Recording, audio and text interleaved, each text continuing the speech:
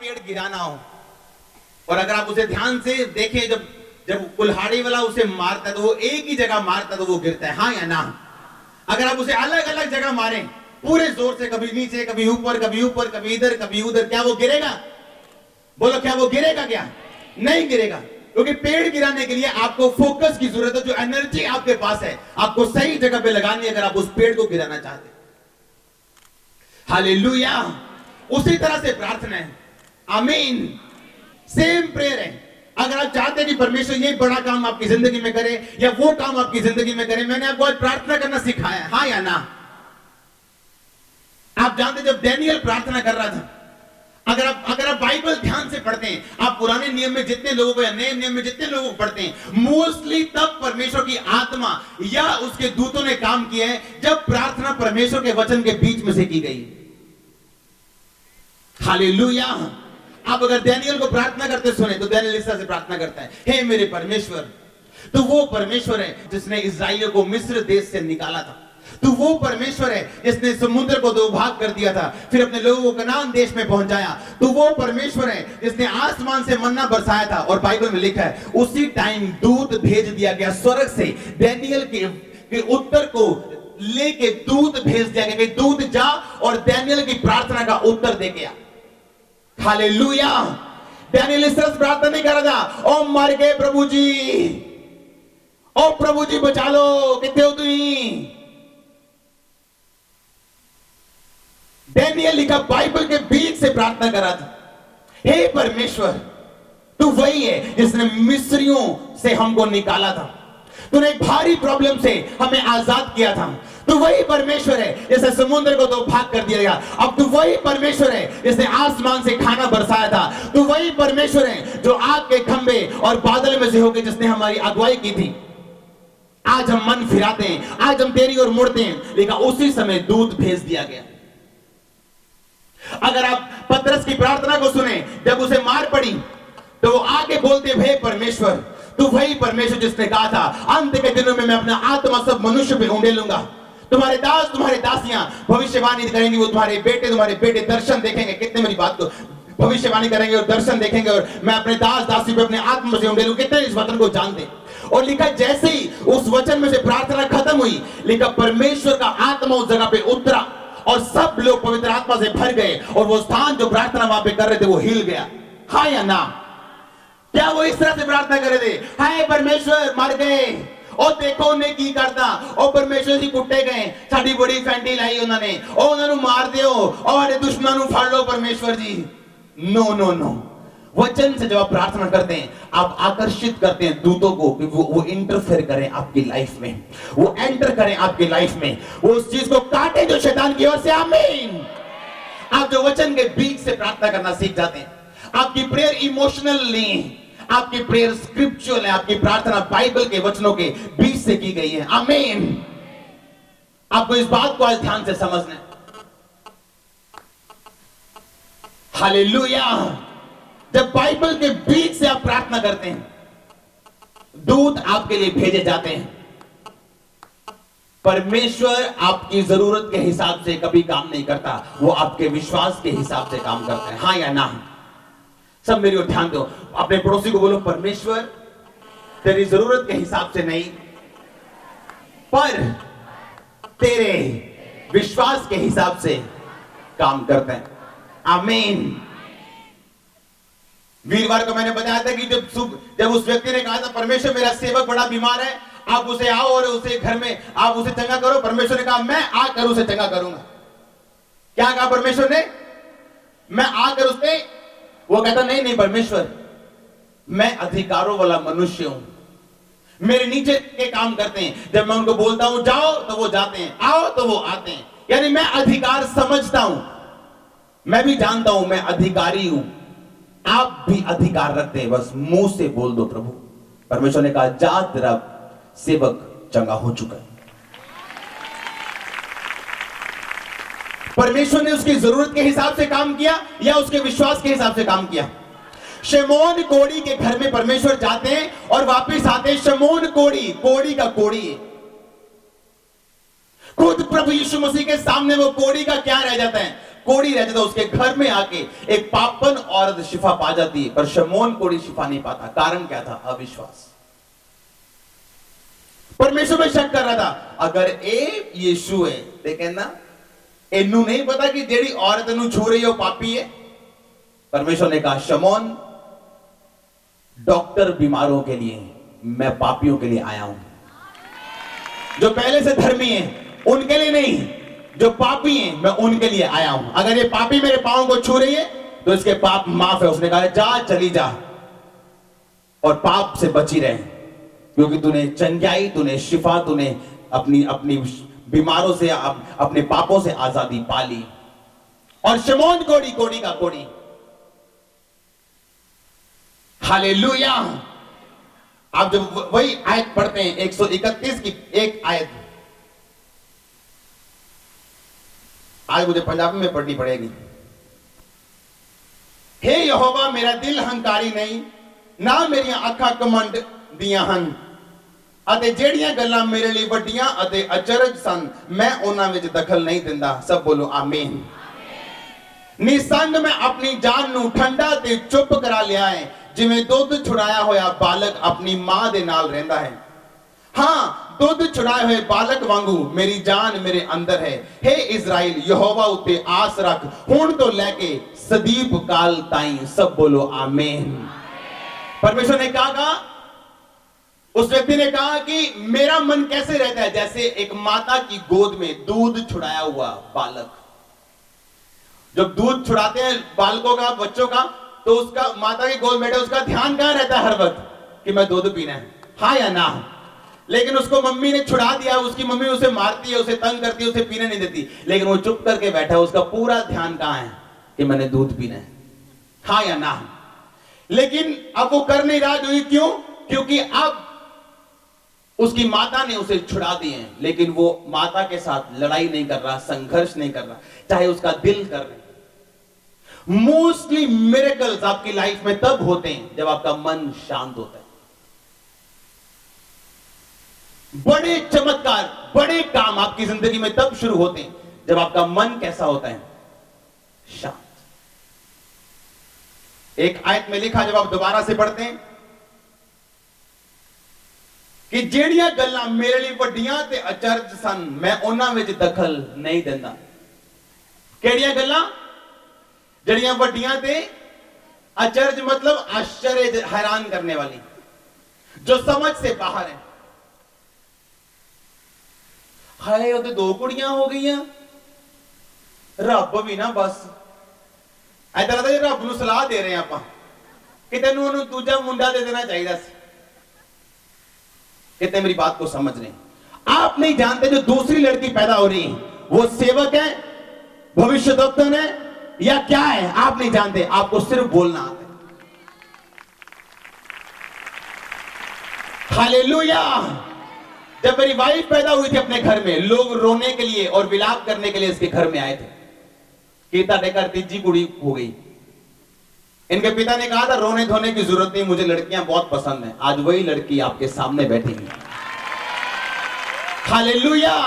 कितने मेरी बात को समझ रहे हैं? लिखा, जो बातें मेरे लिए आश्चर्य हैं, जो मेरी समझ से बाहर हैं, जो मेरी सोच से परे हैं, कहता मैं उनसे काम नहीं रखता।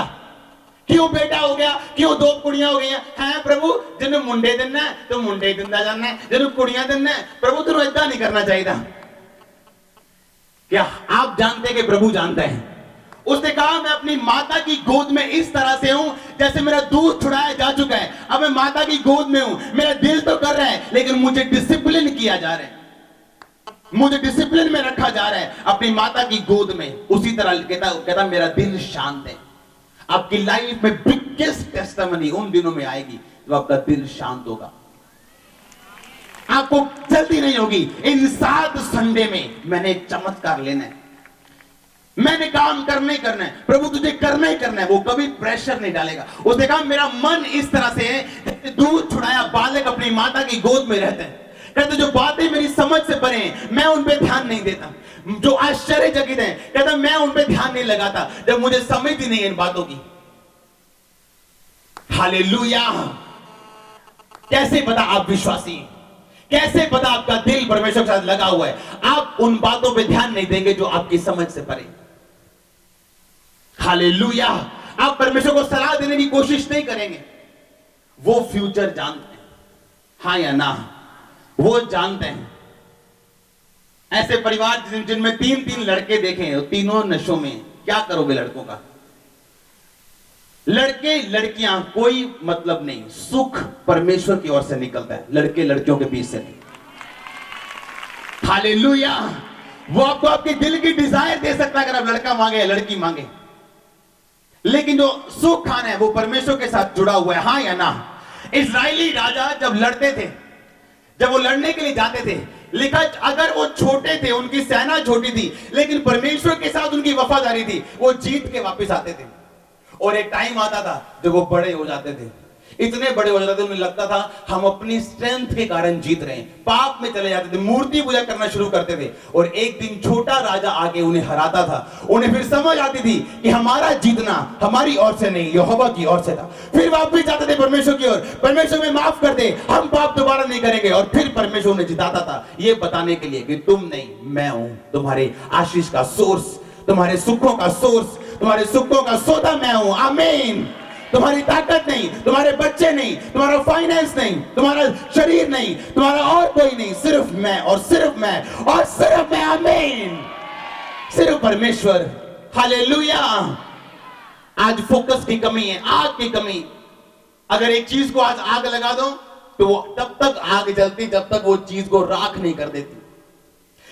यूहन्ना ने कहा था मेरे बाद जो आने वाला है वो तुम्हें पवित्र आत्मा और आग के साथ बपतिस्मा देगा। जब आग तुम्हारे अंदर जाएगी, लाख दुनिया विरोधी हो, लोग विरोधी हो, कोई विरोधी हो, अपना काम किए बिना आप इस दुनिया से कभी ऊपर नहीं जाएंगे। अगर आग आपके अंदर है, अगर फायर आपके अंदर है तो आमीन। इसीलिए शैतान फायर खत्म करने की कोशिश करते हैं, आग खत्म करने की कोशिश करते हैं, पाप पे ले जाके, वैश्याओं के अड्डे पे ले जाके, दारू पिलाने की ओर लेके जाके। उसे पता अगर आग इसकी जिंदगी में रही, पवित्र आत्मा की आग, तो ये जलाएगा सब कुछ और तब तक ये खत्म नहीं करेगा जब तक इसका काम खत्म नहीं हो जाता। हालेलुया। आपको ये बात समझनी है। लिखा जो बातें मेरी समझ से परे, जो मेरे लिए अचरज हन, जो मेरी समझ तो बाहर नहीं, जो मेरे लिए बड़ी बातें, कहता मैं उन पे ध्यान नहीं लगाता। एक क्रिश्चियन अपने शब्दों से पहचाना जाता है, अपने कपड़ों से नहीं। आमीन। एक क्रिश्चियन व्यक्ति अपने शब्दों से पहचाना जाता है, और खासकर तब जब वो कुछ मांगे और उसे ना मिले, जब कुछ ऐसा हो जिसको वो नहीं चाहता। अय्यूब की वाइफ ने कहा अब तो परमेश्वर को श्रापित कर दे, अब तो तेरे पास है ही क्या, ना बच्चे रह गए, ना तेरी बॉडी रह गई, अब मैं भी जा रही हूं, प्रॉपर्टी भी खत्म हो गई। हालेलुया।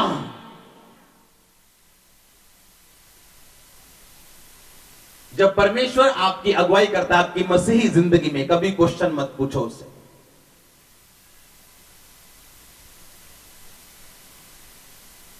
हालेलुया। मैंने कहा कभी क्वेश्चन मत पूछो उससे।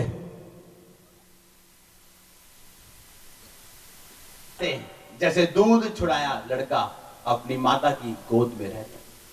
आप ये काम कर सकते हैं, बड़े बड़े काम, अगर आपका मन रिलैक्स है तो।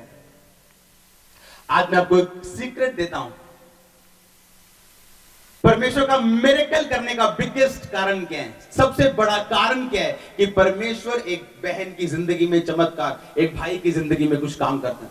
मैं आपको बिगेस्ट रीजन बताता हूं।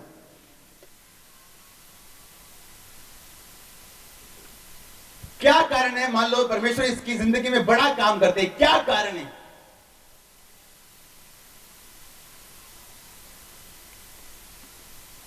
जब परमेश्वर एक व्यक्ति की लाइफ में कुछ काम करते हैं, एक्चुअली परमेश्वर उसका ध्यान अब उसके अपने कामों से हटा के अपनी तरफ लगवाना चाहते हैं। मैं आपको समझाता हूं। ये प्रैक्टिकल, जब तक मेरे जीवन में बहुत से काम ऐसे थे जो होने थे और मैं सेवा में था, अच्छा चल रहा था, पवित्रता में सब कुछ चल रहा था, ग्रेस के साथ, अनुग्रह के साथ, लेकिन तभी भी आप पूरी रीति के साथ फोकस नहीं रख सकते 100%। और एक टाइम आया, आज मेरी जिंदगी में एक भी प्रेयर रिक्वेस्ट मेरी अपने अपने लिए नहीं। कितने मेरी बात को समझ रहे हैं? एक टाइम था जब नो प्रेयर रिक्वेस्ट मेरी अपने लिए होती थी और एक दूसरे के लिए होती थी। सारा कुछ 2 घंटे मांग के 5 मिनट कहता ना, प्रभु उत्ते भी दया करो, उत्ते भी दया करो, उत्ते भी दया करो, उत्ते भी दया करो। एक टाइम आया जब मेरा मन शांत हुआ, जब मैं ये बात समझ गया कि परमेश्वर अगर नहीं कर रहा, मूसा कहता कि मैं इन लोगों को छुड़ाना चाहता हूं, मैं इन लोगों को आजाद करना चाहता हूं। परमेश्वर ने उसे काम नहीं करने दिया और 40 साल वो मिधान देश में परदेशी होकर रहा। हाँ या ना?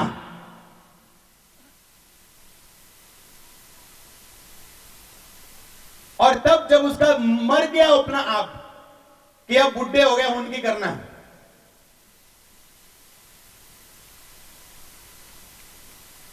तब परमेश्वर ने कहा, मूसा अब मैं तुझे भेजता हूं छुड़ाने के लिए।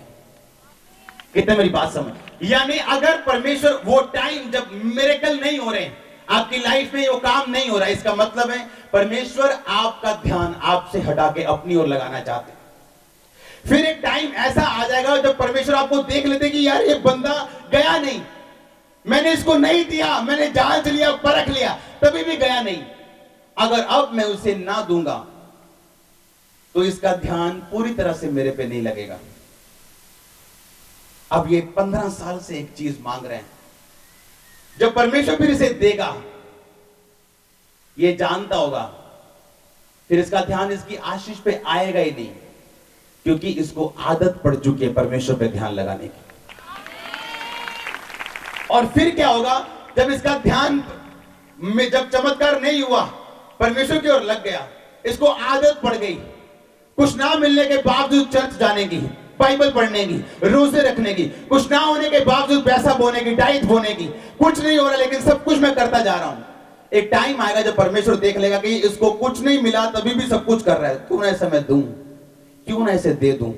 और जब इसे मिल जाएगा, इसको ये थैंक्स तो करेगा अपने दिल में, लेकिन अब इसके विश्वास का जो आधार है वो आशीष नहीं, सिर्फ परमेश्वर रह जाएगा।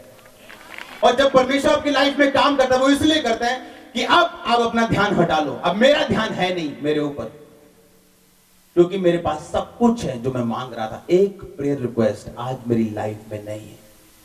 अच्छा, मैं प्रेयर के लिए बैठता हूं, मैं अपनी लाइफ, अगर मैं 8 घंटे प्रेयर में हूं, 15 मिनट भी मैं प्रेयर नहीं करता हूं अपने लिए, प्रभु मुझे ये चाहिए, मुझे वो चाहिए। मैं एक बात जानता हूं, उसके धर्म और राज्य की जब आप खोज करते हैं, सब कुछ आपके पीछे पड़ के आता। आमीन। तब आपको जो चीजें भी जरूरी हैं, मैंने कभी भी, लोग हैरान होते हैं, मैंने कभी भी जमीन के लिए प्रार्थना नहीं की इतनी ज्यादा जितनी आप सोचते हैं।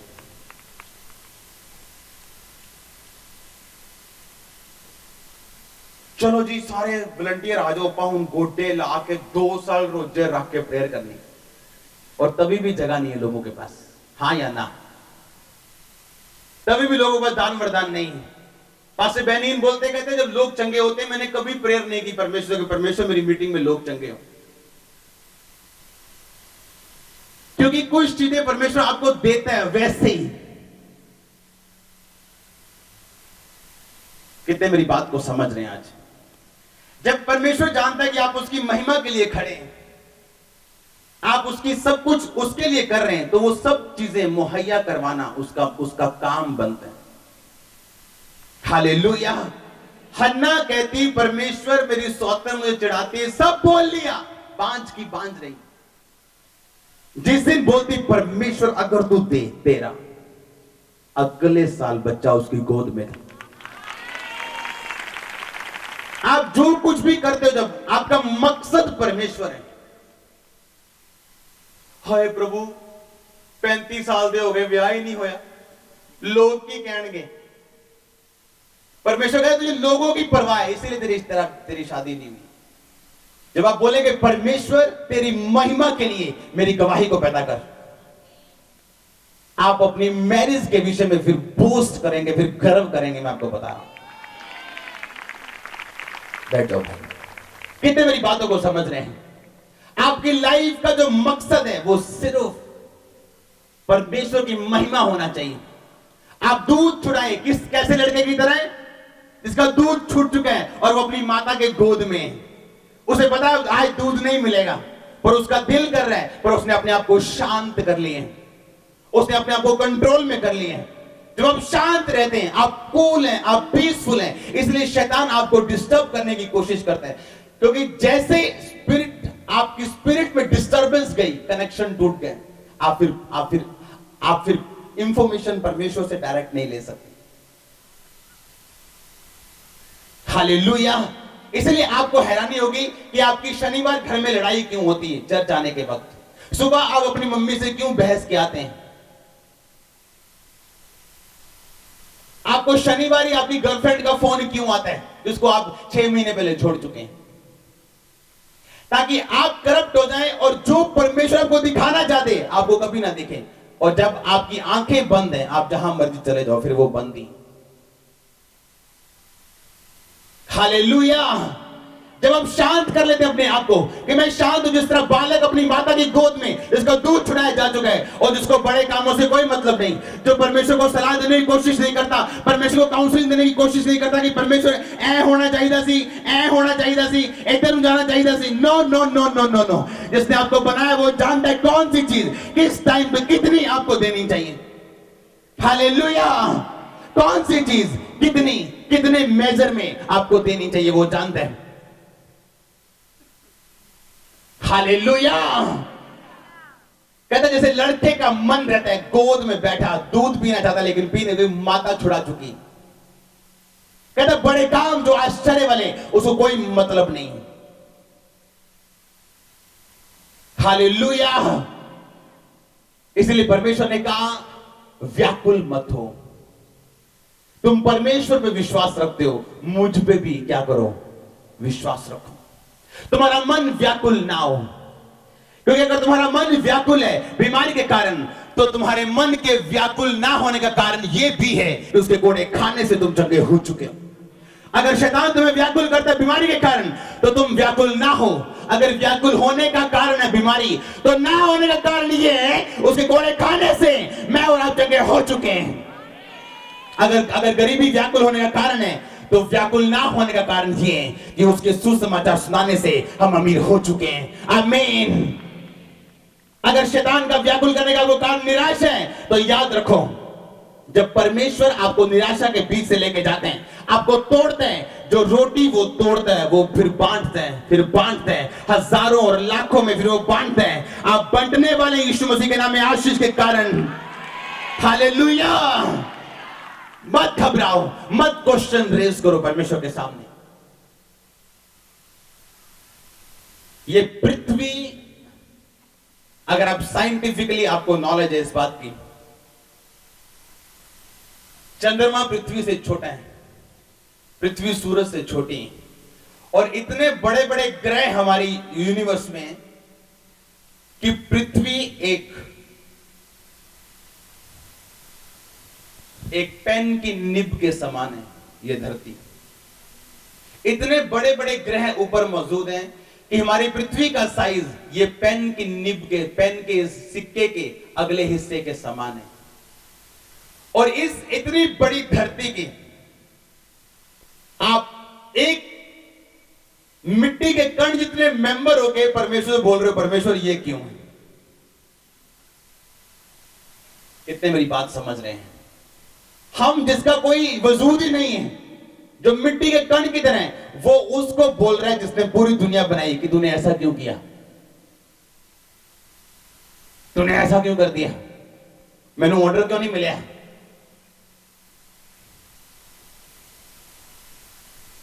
मेरे घर बीमारी क्यों है। अगर आपको प्रॉब्लम ना होती आप यहां ना होते आज। थैंक्स करो प्रॉब्लम्स के लिए परमेश्वर। हालेलुया।